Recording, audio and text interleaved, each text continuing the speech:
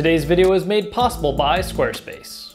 What's up internet, Kevin here on TLD, where we're finally getting back to doing app game reviews, including a top 5 iOS games of the month, and that's exactly what today's video is about. We're going to talk about my favorite games to come out this February 2014.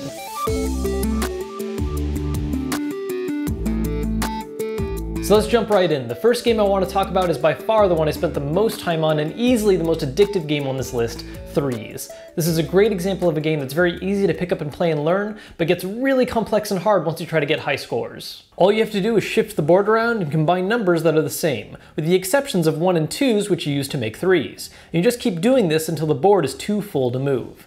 It's a lot harder than it seems at first glance, and it's a star example of a game where every time you lose, you just think to yourself, one more game, and I can finally beat my high score.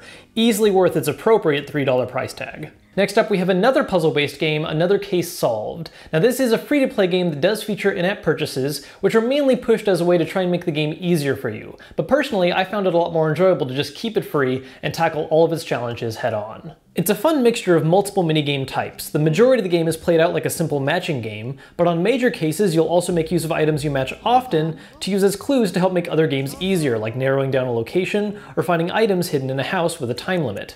The game's difficulty spikes here and there and can get pretty remorseless at times for those of you not willing to pay extra for in-game cash or gems, but it makes succeeding all the sweeter once you do. Now another game on this list that does feature in-app purchases but does a good job of keeping them nice and balanced is Adventure Time Card Wars. It bothers me a little bit that this is a pay-for game that still has in-app purchases and some recharge time mechanics, but progressing through the main campaign refills your time, and even then it's never that long of a wait. It's really just a way to keep you from grinding lower levels to get more cards. There's a large variety of cards to use for deck building, and there's some fun mechanics like a card crafting shop, hero abilities, and a special timing mechanic which gives the player an advantage, giving them the chance to crit an enemy or counterattack. All in all, it's a very fun and simple collectible card game that has easily ignorable in-app purchases. Fourth on the list is visually the most interesting game of the group, Tengami, a side-scrolling adventure game that has a lot in common with point-and-click adventures. What's neat about this is that the entire world it takes place in is in the form of a giant pop-up book, with environments that can change with foldable pieces. The first level is in all honesty kinda boring, but as you get farther the puzzles start to get more interesting and include a lot more tests of awareness and solving skills. Visually, it's my favorite game this month, and the music accompanying it accents it perfectly. It's a little pricey considering how short it is, weighing in at $4.99, but if you catch it on sale, or if you're just a big fan of games with a heavy artistic aesthetic, it's well worth it. Now last on the list is Coldfire Keep, a game that I initially had some problems with when I first installed it, but a recent patch fixed a lot of those problems and just made the entire experience a lot more enjoyable. This is an app game approach to the old school dungeon crawler, giving players a classic game design with touch controls and simplified mechanics.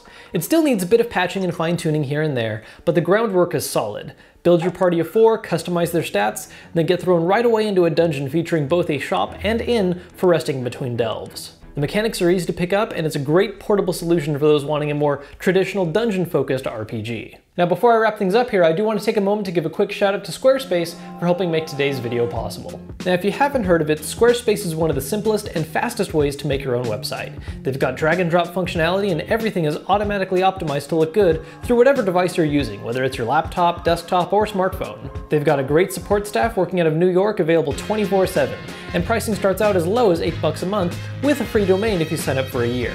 For those of you that are interested in trying it out, Squarespace was awesome enough to give our fans the chance to not only get a free trial with no credit card required, but also 10% off your order if you end up liking it and decide you want to keep using it.